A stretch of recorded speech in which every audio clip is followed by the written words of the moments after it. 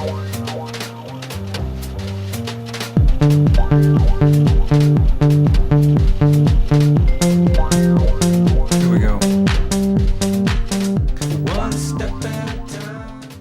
crois qu'effectivement, les 20 dernières années ont montré qu'il y a eu vraiment des bouleversements au sein de l'Union européenne et à l'extérieur de celle-ci. Je ne vais pas revenir là-dessus, mais simplement, j'ai l'impression qu'il n'y a pas eu les répercussions effectivement démocratiques et institutionnelles qui auraient dû accompagner ces bouleversements.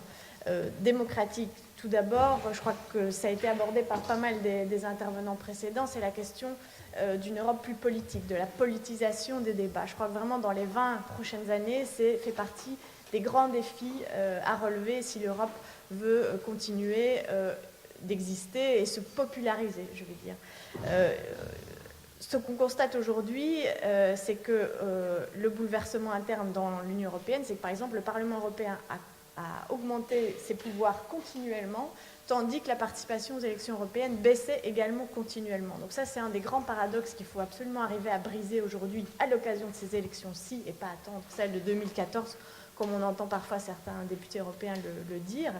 Donc ça veut dire qu'aujourd'hui, il faut absolument convaincre le citoyen qu'on n'est plus dans le débat. Bien sûr, il reste valable, souverainiste, est-ce qu'on veut plus ou moins d'intégration, il est important et il doit continuer d'exister, mais c'est aussi, comme beaucoup l'ont mentionné, quelle Europe veut-on et avec quelle orientation politique, et je vais même prononcer un mot qu'on prononce de moins en moins, mais idéologique. Aujourd'hui, on en est là.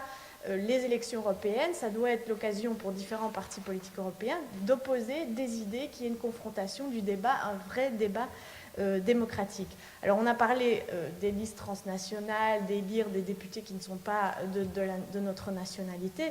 Certes, ça peut être en tout cas en partie une solution, mais il y a une proposition par exemple qui a été faite par le Comité européen d'orientation de notre Europe déjà en 1998 et qui est relancée aujourd'hui, qui est que chaque grande famille politique européenne présente un candidat à la présidence de la Commission européenne, puisque effectivement, Christian l'a dit de manière très claire tout à l'heure, c'est un enjeu fondamental de savoir qui va incarner cette Commission européenne qui aujourd'hui a connu un certain glissement effectivement dans ce qu'elle devrait être. Et on voit que même cette idée qui paraît quand même assez basique n'est même pas mise en œuvre.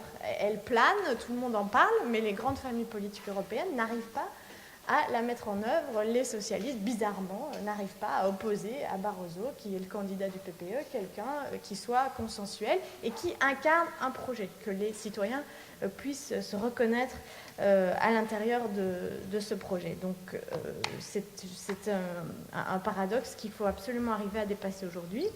Et la deuxième conséquence, effectivement, qui n'a pas été à la hauteur des enjeux, c'est cette adaptation institutionnelle, vous l'avez évoqué.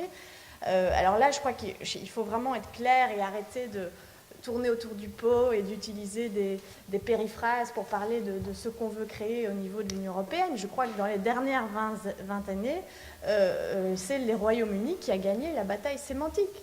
La déclaration de Schuman précisait qu'on était en train de créer une fédération. Et ce mot est devenu tabou, ce mot n'est plus utilisé. Et donc, moi, je souhaiterais que dans les 20 prochaines années, on remette au goût du jour la formule qu'avait employée Jacques Delors, qui est la fédération d'États-nations. Pour enfin dire, on veut créer ensemble quelque chose, qui est cette fédération, et qui n'est pas omnipotente, une grande puissance qui va écraser les États-nations. On doit faire ensemble des choses, et pour cela, il faut que les compétences soient claires, il faut les assumer, il faut aller de l'avant.